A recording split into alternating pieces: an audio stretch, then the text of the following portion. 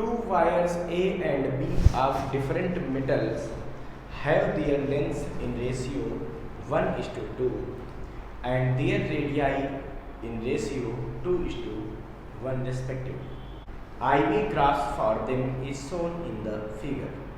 Find the ratio of their first resistances RA upon RB and second resistivity is sigma A upon sigma.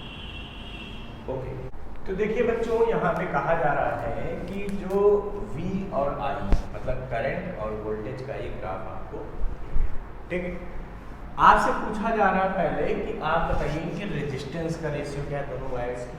दो wire हैं A और B और उनकी wire की length का ratio 1:2 दिया है, रेडियस का रेशियो 2:1 दिया है, तो हमको उसकी रेजिस्टिविटी का भी रेशियो पता है।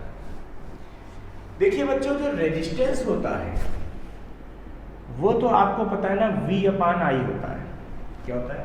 V अपान I, यानी कि अपने को V से I का रेशियो लेना। तो यहाँ अगर हम कहीं भी एक पॉइंट ले लेंगे तो बेटा ये बनेगा V और ये बनेगा I, यानी कि आपको यहाँ पे चाहिए बेस अपान परपेंडिकुलर। और बेस अपान परपेंडिकुलर कौन होता है? कॉट थीटा होता है।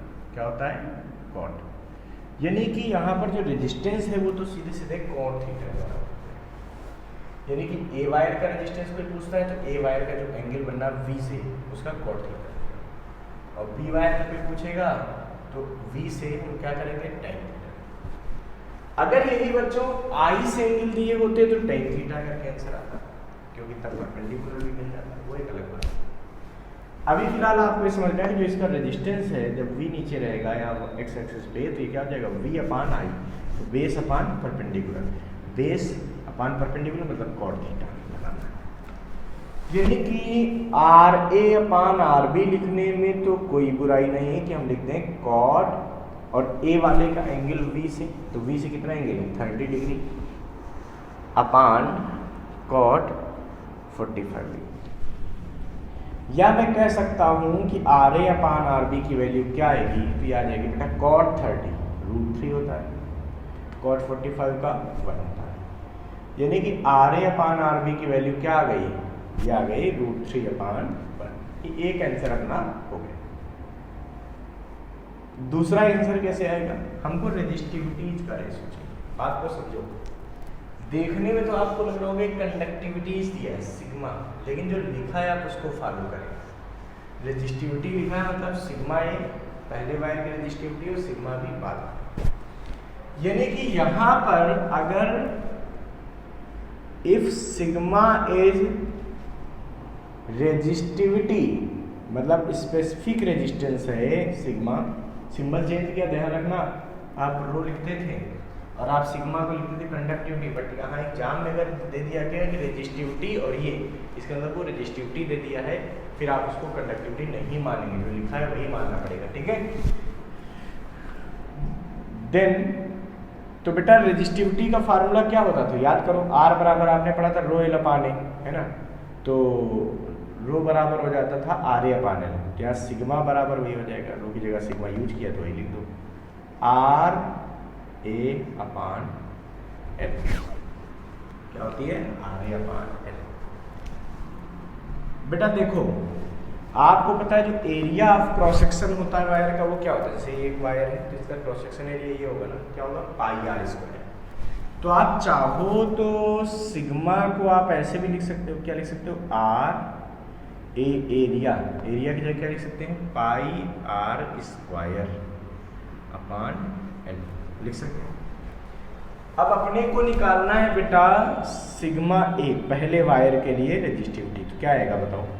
यह आएगा R A pi radius of A का स्क्वायर अपान लेंथ ऑफ ए।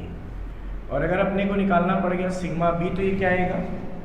यह आएगा आर बी पाई आर बी का स्क्वायर रेडियस ऑफ बी का स्क्वायर अपान में एल बी, आ जाएगा। अपने को चाहिए sigma A upon sigma B, तो हम क्या करेंगे बेटा?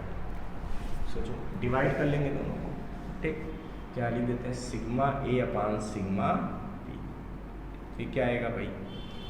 तो इसे डिवाइड करोगे तो क्या आएगा? इधर देखो, ये वाला टर्म ऊपर, ये टर्म नीचे, तो यहाँ बचेगा R A R A square pi upon L A. उधर क्या बचेगा, नीचे बचेगा R B small R B square pi upon L B.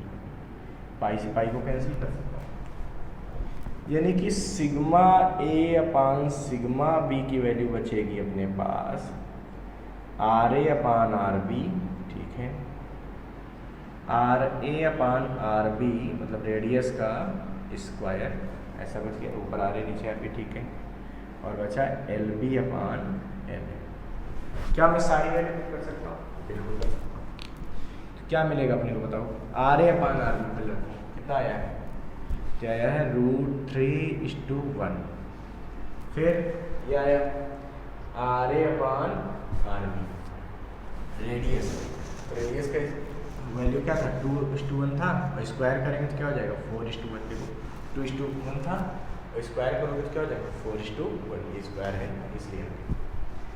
L B upon L A, L B upon L A, देखो ये ए है, 1 का मतलब ए है और 2 का मतलब B, L B upon L A उल्टा कर देना इसका। तो जैसे L A upon L B 1/2, तो L B upon L A क्या होगा 2:1, यानी कि आ जाएगा यहाँ पे 2:1। इसका मतलब मैं कह सकता हूँ sigma A upon sigma B equal to 8√3:1। तो इस रेजिस्टिविटीज का रेशियो क्या होगा 8√3:1। इसको फटाफट नोट कर लीजिए बच्चों।